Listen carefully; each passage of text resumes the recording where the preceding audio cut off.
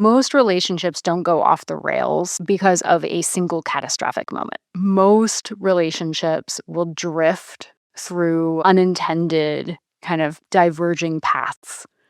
Yeah. Right. And so this is a ritual to interrupt that drift and to bring people back home to one another in a way that is soft and meaningful.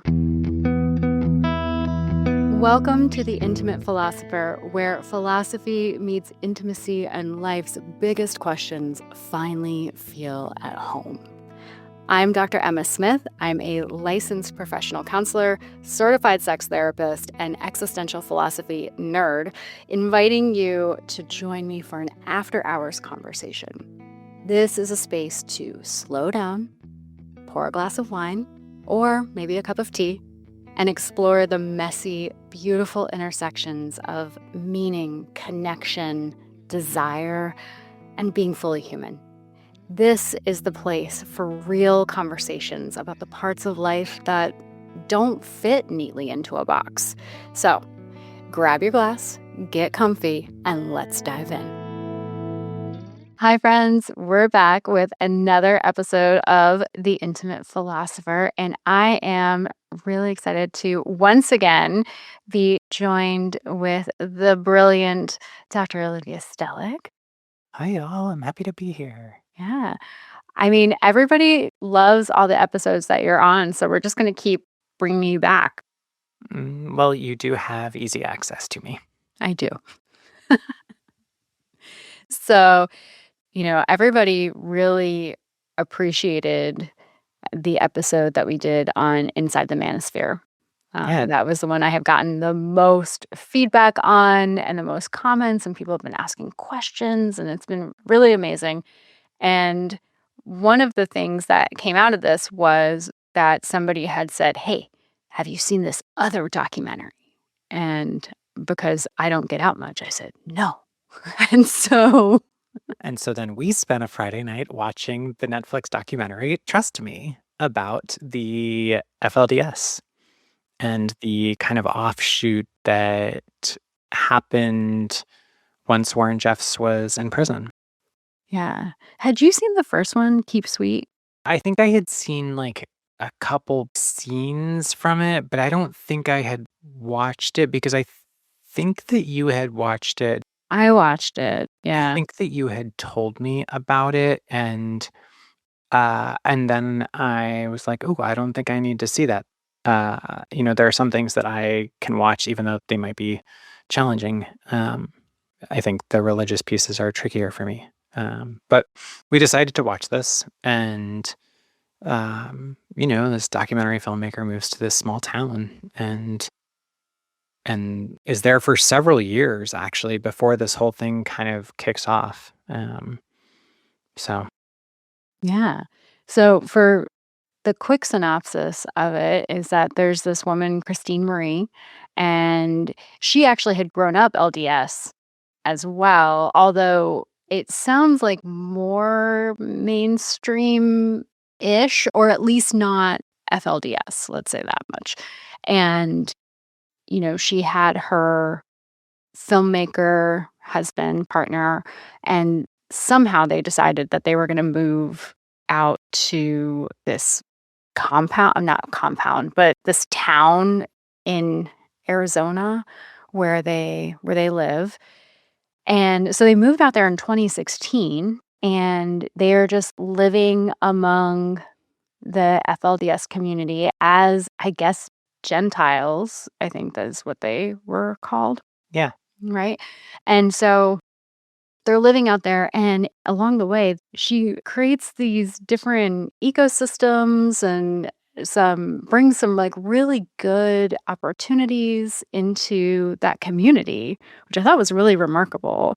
Yeah, I think there was kind of a vacuum after Warren Jeffs got arrested and was imprisoned, and so the town had been fairly uh, dependent, I think, on the industry from him, from what was going on there, and kind of things got really shaken up. And so, yeah, there was. I think she initially showed up there as part of some relief efforts, and then went back to live, but like you said, she created or helped them create some places where they could sell things that they had made and just, I imagine that being kind of a tourist attraction potentially. Yeah. It was really interesting to see that, and I think, one of the things that I think you had said it was it would be so easy to write off that entire community, and it was remarkable that she didn't, and I had my own, like, kind of big feelings about and conflicting feelings about that because when she's talking about that community, she's talking about them fairly sympathetically, and as somebody who has spent, you know, a majority of my career working for and advocating for the rights of sexual assault survivors, right? I have some feelings about a community, had a I mean, how do you even describe him? Like, how do you even begin to describe Warren Jeffs as, like, I don't know, a rapist, a human trafficker, a child predator, and a laundry list of other things. And then to say, yeah, no, but like his followers needed care. And so I'm over here like, lady, better you than me because my jersey would be out all over the place. And I thought that, you actually had a much more nuanced reaction to this because, well, I don't know, because you're a nicer person than me, I guess, in some ways. I mean, I I suppose that I guess really some of that comes from being at war, and caring for soldiers and caring for the people who, both the soldiers and the civilians who are affected by war and what happens at war. And um, it is, it's easy to say, oh, well, them or they did this or whatever. Um, but when you're confronted with human beings who are suffering, it doesn't really matter who they are. Or what role they have played in anything actually. Um, that that people deserve care. And I think actually, in your clinical work, you do that with patients, individual clients or individual patients all the time. Yeah, I do. Right. I Like do. I think you're pretty hard on yourself right now in this, like I couldn't be there. And I think the truth is that you would have done great work if that's where you were planted. You would have cared for them too. Um, I appreciate you saying that. No, I mean, that is true. I think from, from the comfort of my couch, it is it is easier to say, I don't understand these people, right? And how they could do this thing, right? But the other piece that really stuck out to me about a little bit about that was there's this one scene where this woman's uh grandfather, because there's something about like the government comes in. We're not even going to go there because I can't articulate what all happened there. I feel like that's one of the pieces that wasn't very well laid out, I think, in the film, probably because it wasn't the focus. But there's this one part where this woman is talking about like this house is being destroyed or this land is being taken from them. And she says something like, that was like my great grandfather's such and such. And it hadn't hit me that this would be like a multi-generational community, that it would be like, you're born into it, and then you're born into it, and then you're born into it again and again, so that you're, 3 layers or 4 layers deep before you get to present day and thinking like, "Gosh, okay, so maybe if I was born and raised in that context, and that was my only context, what do you know about the world?" what are you even allowed to know about the world in that Mhm. sense? And I think, you and I have moved separately so many times over the course of our lives. We have been, we have chosen that in some ways, and in some ways that has chosen us. Um, but I think that the idea of being, even having been born in one place and staying there for one generation feels really like anathema to us. That I think that just isn't who we are. And so over generations, what does that look like? How do you become tied to a land and to a philosophy, to an ideology, to a religion, to a way of life in a way that is not something that we are, I think, conditioned for, or like that just isn't in our bones. Yeah. Well, and it's funny because, and you've been to my hometown where it is actually technically it is literally in my DNA, and I don't know what happened. There was a glitch in the matrix. And I got this wanderlust, but like, yeah, I mean, I do come from a town where there are generations living on the same street still. And so that just wasn't the life that I wanted. And so I wanted an adventurous life where you get to see the world and, and in my case, the country. I think many different pockets of the country. Yeah. I think, you know, back to the documentary, one of the things that stood out for us, I suppose, is something, well, we've talked a little bit about how there's so much in it, right? There's the parallels to, other religious cults, to sex trafficking, to, take your pick of. So, I mean, you could do multiple episodes of a podcast just talking about each of the kind of pieces there. But I don't know. I think what you said was that we like to talk about the things that maybe aren't as obvious or aren't being talked about. Yeah, well, I think that's kind of what we ended up doing with the Inside the Manosphere documentary. And I think, there is a lot that has been talked about with this documentary. Or actually, it was a docu-series, but I got to tell you, it might as well have just been one like 4-hour thing because there was no stopping that thing once you started. Nope, nope. Once you were in, you were in. I don't know how you could, you know, I don't know how you could stop. How you could not just go to the end. You kind of had to see how it all wound up. Yeah. And so one of the things that we honed in on was actually the relationship between the main woman in the story, Christine Marie, and her husband, who was actually the cameraman, and their relationship because, you know, what you don't realize is if they get there in 2016, most of what is happening happens in 2021, 2022, I think. And is it into 2023? I don't remember. No, spoiler alert. Sam Bateman was arrested in summer of 2022. Okay. There we go. They, so they were there for a while before before getting involved with him because the filming starts In in 2021. 2021. Yeah, no, they Mhm. were there for 5 years before this really kind of. I mean, there was no intent to make a documentary when they went there. I think she was really just going to help these people out. She had been in a kind of, weird, false prophet culty sect for some period of time until she got out, and I think she really felt for them and felt like she could do good work with them, I think, right? Yeah. Yeah.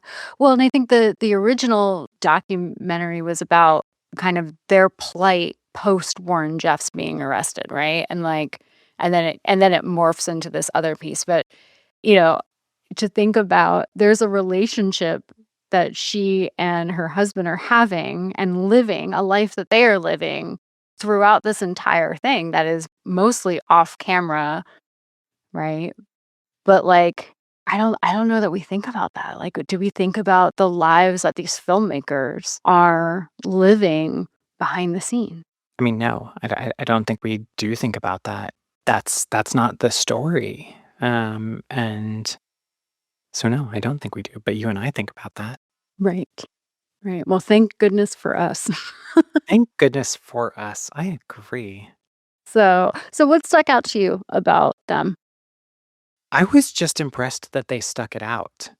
Right. And, it's one thing to go to a place that is a challenging place to exist from you would be outsiders and, um, maybe there's been some loss in the community. There's been some tragedy in the community. Um, but then you mentioned the transition from this original documentary kind of intent of we want to share what their life is like post Warren Jeffs, and then it morphs into this, ooh, something bad is happening. What do we do with that? How do we capture that? And I think that, you know, it would have been so easy for them to just leave and say, "Ooh, this is too dangerous. This is too risky. This is too much. We need to just kind of shut it down," or just to stop asking the hard questions even. But they didn't. They stuck it out and kept asking the hard questions and doing the kind of dangerous hard work. Mhm. Well, and there's this one moment where one of the outside like, there's two sects, right? There's the one guy, Sam, and that's who this documentary ends up following, and then there's kind of the original set in the community, and at some point, I feel like the OG set, if you will, there was some criticism of this couple and saying like, "Hey, you are, bolstering this guy and you are legitimizing his offshoot because, you are indulging all of his, ego-driven, videoing and interviews and all that kind of stuff." And she couldn't tell them like, "Hey, uh, it's not what it looks like because you can't risk, you know, I don't remember if she was already talking to the FBI at that point, but there was this tension between, you know, living in this community for 7 years, right? Or 5 years, 6 years, whatever it was, and being so misunderstood, but not being able to say anything. And, like, what does that do to a couple? What does that do to a relationship or to a life when you can't even say what's actually true for you? It's like, "Oh gosh, how did you get through that?" Yeah. Yeah. So, any other thoughts on that? I don't know. I think that I mean, there is so much more to say about the documentary, but I think that covers most of what we had talked about. Okay. Well, so allow me to pivot this because, my brain is like a six-lane highway, right? And we're talking about this couple and, the way that they must have had to communicate even though we don't see it because like, I'm sure the cutting room floor is littered with excess that, just had to go, right? Like because they filmed him for like a year or something. It was crazy. So, when I was thinking about, you know, what must that couple have had to do in order to stay on the same page and stay connected? And it reminded me of something that I feel like clinical work, it comes in seasons. And I've heard other clinicians say this too. Like, I don't know if you see this as a physical therapist. Like, do you just get like a string of like lumbar strain? You You do. know? Yeah. Okay.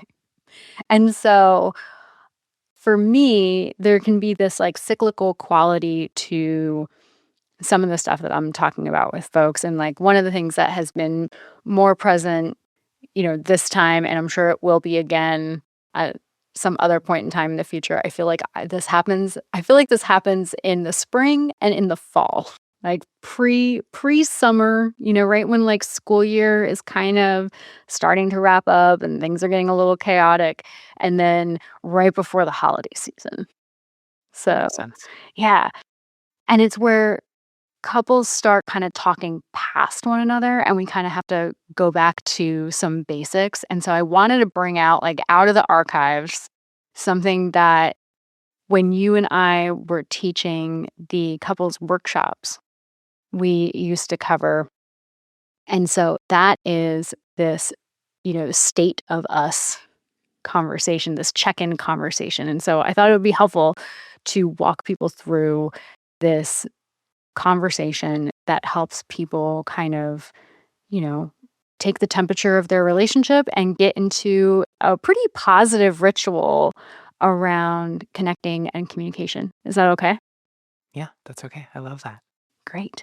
So, the whole idea behind this thing is that, most relationships don't go off the rails because of a single catastrophic moment. Most relationships will drift through unintended kind of diverging paths. Yeah. Right. And so this is a ritual to interrupt that drift and to bring people back home to one another in a way that is soft and meaningful. So there are 6 kind of phases of this. And so I'll do the odds, you can do the evens. That Mhm. sounds great. Okay, great. And kind of imagine this as, when we talk about this, I think we imagine this as a conversation, what is this, a weekly conversation that you have? Yeah. I really like, and I encourage my couples to go on a walk, Ooh, I love that. right? Because there's something that happens with your body when your body's in motion and this, like, rhythm and this regulating rhythm that you're in when you're walking. And, we used to do this when we were in Texas. We used to go for that walk on that college campus, and we would kind of, it wasn't quite this structured, but we would talk through, things that were coming up and whatnot. So, yeah. So I guess let's dive in. Sounds good. All right. So the first phase of this, and it's probably the most important, although it's the one that I think the most people are tempted to skip over. And I'm going to say, don't skip over this. Don't do it. And that is arrive. And what I mean by arrive is you want to remember who your partner is on purpose. And what I mean by that is you are going to share 5 appreciations from the past week. I'm going to say that again. 5 appreciations from the past week. Okay. There are 7 days in a week. You need 5. Okay. So 5 appreciations in the past week. And, you know, you want to really make sure that your partner gets it. And so I always teach my couples mirroring, which is this idea of saying, like, if I say something to Olivia, then she's going to mirror it back to me by saying, What I heard you say is, mm-hmm. And then she'll kind of, repeat it back to me or paraphrase it and then end with, did I get that right? And then I get to say yes or no. So, what are some things? So, like, you could say, something I appreciated about you this week was blank.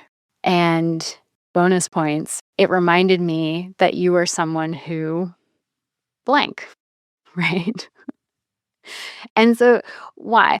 Because you want to, before you dive into any problems or any, I think we call them, like, rough edges. You want to re-anchor in the fact that, like, this is somebody that you love. This is somebody who's in it with you, right? And so we're going to arrive and we're going to appreciate first. And then we're going to move on to phase 2. and phase 2 is recognition. And that's really where we talk about what's working. Because it matters not to just dive into here are all of the things that are wrong with our relationship. That's actually not the point of this. And so that second thing that we do is to say, here's what's working, right? Like, here are the things that I think are going really well about our relationship.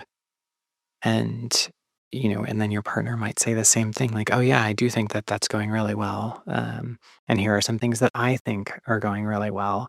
It can also be like, I felt close to you when we did this. It's this kind of drawing into the goodness that already exists in your relationship, right? Because it is so easy just to focus on the things that are bad or the things that are hard. And we pay more attention to criticism than we do to compliments. And so that's why there's this, you have to do 5 appreciations because you really need that to sink in. And the same thing here where there's this, here are the things that make me feel connected or where we did well this week or that I saw or that, I think this is what's going well in our relationship this week. So important. Okay. So number 3 is it's the resilience piece. And this is the we handled that category. So again, before you go into any problems, you're going to talk about a recent stressor that could have derailed you. And maybe if it happened at a different point in your relationship, would have derailed you. But because you are intentional and doing the work and committed to loving each other well and all the things, that you handled it better than you would have.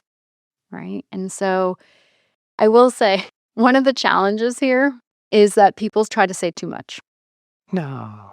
Yes. So sometimes people will say, what I appreciated about how we showed up in that moment was that we, were able to sit down on the couch and talk things through. And that would be beautiful if they stopped talking after they said that. But sometimes what they say is, that I really appreciate that we were able to sit down on the couch and talk calmly about what was going on instead of what we normally do, which is where you get mad and you scream and you run across the room and you slam the door. And you're like, oh, you're so close. Okay, that's not helpful. Rewind that. You need a do-over, right? So don't don't launch into what used to happen. Your partner was there. They know. They already know, right? You want to just stay on that positive note. Hey, look, we handled this better than we have in the past. Period. Stop talking. It is implied that the past way of handling it was worse. If the current way is better, we don't have to go relive the past and how it was worse. Exactly. But that leads to step 4, which is something that matters or truth, right? And so this is the time where if there is something that is unresolved or that needs to be, heard or that needs to be said, if there's something that's not working, this is the time to say that, right? You've already kind of had these affirmations and talked about what is working in the ways that you handled things better than you expected. And now you can go into, hey, there are these things, or there is this thing that I do want to talk about. And there are some things that matter to go into that with. There are a couple of assumptions, right? One is that we're not enemies, right? Going into this, when I say something about needing to work on something, we're not enemies. And we might have had different experiences of this thing, and they're probably both valid, and that is okay. It doesn't, the factual accuracy isn't necessarily what we have to litigate here. It's about how it felt to me or to you. Um, and the goal is understanding, not winning, right? Being right isn't going to help here, right? This is about being understood. And so, I think what we want to do when we do this is to say, I feel, notice that I didn't say you did, because that's not helpful, right? If you start off with that, then your partner probably will immediately have their defenses up and won't really hear what you're saying. But you say, I feel about this thing. So I feel something about this thing that happened. And what I need is XYZ. So, Olivia, does that mean that I can say, I feel like you handled this thing completely wrong? No. That's not what we feel. My old therapist would have said, "That is not what you feel. You handled something poorly is not a feeling. That is something you think. You have to use a feeling word. I feel sad, or I felt sad when this thing or about this conversation that we had. What I need is to know that, the next time we have this conversation, it can go differently than this." I love presenting this to couples because sometimes they get so mad about this part because they're like, "But but where's the part where I get to, like, fight?" I'm like, "No, no, no, mm-mm, no." And it's so funny because sometimes there really is that, "But I need this release valve," and then that's, like, a different conversation, right? But this is the one where people it's like you can hear the "womp womp," like, underneath when I get to this point because 'cause they're like, "Oh, here it comes. Here alright, I'm gonna say all these nice things about you. I'm gonna appreciate our relationship. Okay, now I'm gonna" "No? Wait, but where's the part where I, like, let him have it?" I'm like, "Oh, nope." Of this is like to build a relationship that you want to be in, and a relationship that you want to be in is not one where you are both letting the other one have it. Like, that's actually not what any of us want to be in, right? If we're healthy, that's not what we want to be in, actually. And so there's this kind of redirecting that to say, you actually have to identify your own feelings about something that happened. Your feeling can be anger. I feel upset or I feel angry about this thing. That's okay. You can feel angry about a situation or, um, any number of things, really. Um, and I think that, or even something that your partner did, you can say, I feel angry that you didn't do or that you did do this thing. Like, that is allowed because it's about your feeling or my feeling about this thing. It's not we're not trying to litigate you doing or not doing. It's to say I feel or I felt or I still feel angry about this thing that happened.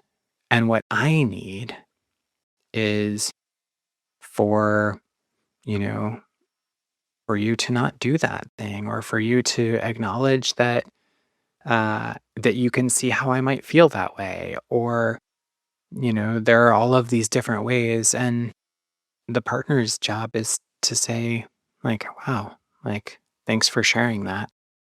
You know, what I heard you say is that you felt angry that I didn't empty the dishwasher this morning, even though that's part of what I normally do. Yeah, yeah.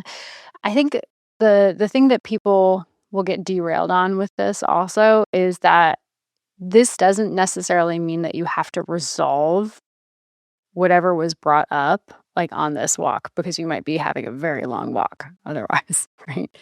But the idea is to let the other person know, and some things you can talk about, right? Some things you can just be like, "Oh my god, I am so yeah, you're right. That really was terrible. I am so sorry. Gosh." I can give you the context of where my head was at, but, like, you're right. In this moment, that that was really hurtful, and I'm sorry, right? There's other ones where it would be like, "Okay, I'm glad that you told me this. Let me think about it," or, "Hey, this sounds like a bigger conversation, so let's pick a date and a time in the next, 24, 48 hours, whatever it is, to set aside some time to just talk about this specific thing." So it's the truth telling, it's not necessarily resolution. Yeah. Truth telling and acknowledgement of what was said and what Yeah. was felt. Yeah. Okay. And then we go into number 5, which is foresight. So this is where you're looking ahead at the week and saying, what are some of the potential barriers? What are some of the boulders? What are some of the potholes? Hello, Tennessee, right? That could have us, you know, derailed if we're not careful? Like, what are some of those things, you know? And so, like, is one of you sitting in a conference call all day, you know? And so, like, you're not going to be available, or is the other person have a really stressful presentation coming up, or travel, or something else, to just kind of like get on the same page with each other. And so that one's pretty short. It's just, hey, this week might be challenging for me because of X, or hey, where I might need extra support this week is, you know, just picking an example that has nothing to do with real life. Please don't ask me what I want for dinner. Whatever you choose will be fine. That's some real life things dropping on the podcast right there. That is not for you all. That is directed to me, at me, for me. I mean, we strive to keep it real. We strive to keep it real. No, I mean, let's do an aside here, because this is a silly one, but like I think that it is one that when someone is maxed out, they will be limited in their ability to respond effectively, right? And so one of the things that has been happening is that, you know, Olivia has taken on, while my schedule has gotten so much more jam-packed, Olivia has taken on a lot of other types of tasks. And so, like, she's doing most of the cooking right now, which thank God she's a good cook, right? Amazing. But here's the thing is that, like, my brain, if she comes in and is like, "Hey, what are you thinking for dinner?" I'm like, What is food? What is happening? I don't Did I eat today? I have no idea." Right? And so when that has ever happened, I'm like, I don't know. And then it slows her down in her process of like trying to figure out what we need from the grocery store. And it also pulls me out of what I'm doing. One of the things that has happened is that you have so lovingly just kind of taken that on and been like, "Hey, it's okay if I don't ask you what you want for dinner, right?" And I'm like, "Yes, please. I love you so much for not asking that question." Right? But here's the silent agreement. The silent agreement is that whatever it is that Olivia decides to cook is the perfect choice for that day, right? Because I had the opportunity to weigh in and I waved my right with full enthusiasm. But that means 4 days from now, I have to remember that I waved my right and that she can't magic hat her way into my psyche and figure out what it is that I wanted for dinner, right? And so, like, there you go. Yeah. And I think we kind of bridged the gap by saying at the beginning of the week, is there anything you know you don't want to eat this week? You kind of know our repertoire of meals. And so, speak now or forever hold your peace. And my peace is generally held. It is. And that brings us to really, you covered six too, really, which is this come closer and this invitation to love each other better this week, right? And it is, how do we choose each other specifically again this coming week, right? And one way to think about that is um, you can love me well this week by not asking me what I want to eat for dinner. Or one thing that would help me feel close to you this week is if I don't have to think about dinner and I know that you have it taken care of. Yeah, I mean, that's real, though. Like, I understand, sorry to throw you under the bus, but this is I think that this is an important one because, like, everybody eats dinner, right? And this is one that people pay me a lot of money to sort out with them, and it's very simple. I think your aunt said it really well. You can be right or you can be married. Like, If you don't like how your partner empties or loads the dishwasher, do it yourself. do you wanna tell them that story about the meme? Oh, well, yes. I mean, I'm not sure that it matters, but I love this. in every couple there is somebody who loads the dishwasher like a Scandinavian architect. That would And be you. Someone who loads the dishwasher like a raccoon on meth. That would be me. It's true. But you know what? Like, if I don't have to load the dishwasher, does it really matter if it looks pretty inside the dishwasher? Sometimes I manage to tell myself that no, it doesn't matter. And sometimes I can't manage to tell myself that and I just fix it. And that's Yeah. okay. Well, and also, do the dishes actually come clean, right? Because if the dishes don't actually come clean because I'm not loading it in a way that produces the intended result, that might be more of a reason to bring something up gently, Yeah. right? Than if it's like truly just pure preference, Mhm. but the result is fine. Mhm. So there we go. Should we recap these steps? Because I think the way that we always do, we tend to tell stories and illustrate. And maybe it's helpful to just kind of run back over and say, here are the steps. Here's what you do in Okay. this conversation. So if you're Yes. out on a walk with your partner, doing your weekly check in, your weekly, the state of us, how does that Mm. go? You're going to arrive, and that means you're going to give your partner 5 appreciations and you're going to mirror them back. Yep. And then you're going to recognize what's already working by the ways that you felt connected or aligned, the things that felt easy. Just talking about the things that worked in your relationship this week. Yeah. And then you're going to move on to resilience and giving yourselves a pat on the back for things that you handled well. Maybe that wouldn't have gone so well in the past, but that you're growing and you got it right. And that after those first three, you've built up enough kind of energy to get to, there is this thing that I do feel like isn't quite resolved or that I'm still having some feelings about and I want to share with you. And the way that we share those, the way is to say, I feel something, something, feeling word about something, something situation. And what I need is something, something, something. Then you want to look ahead to see what challenges, what boulders are going to be sitting in your way for the week ahead.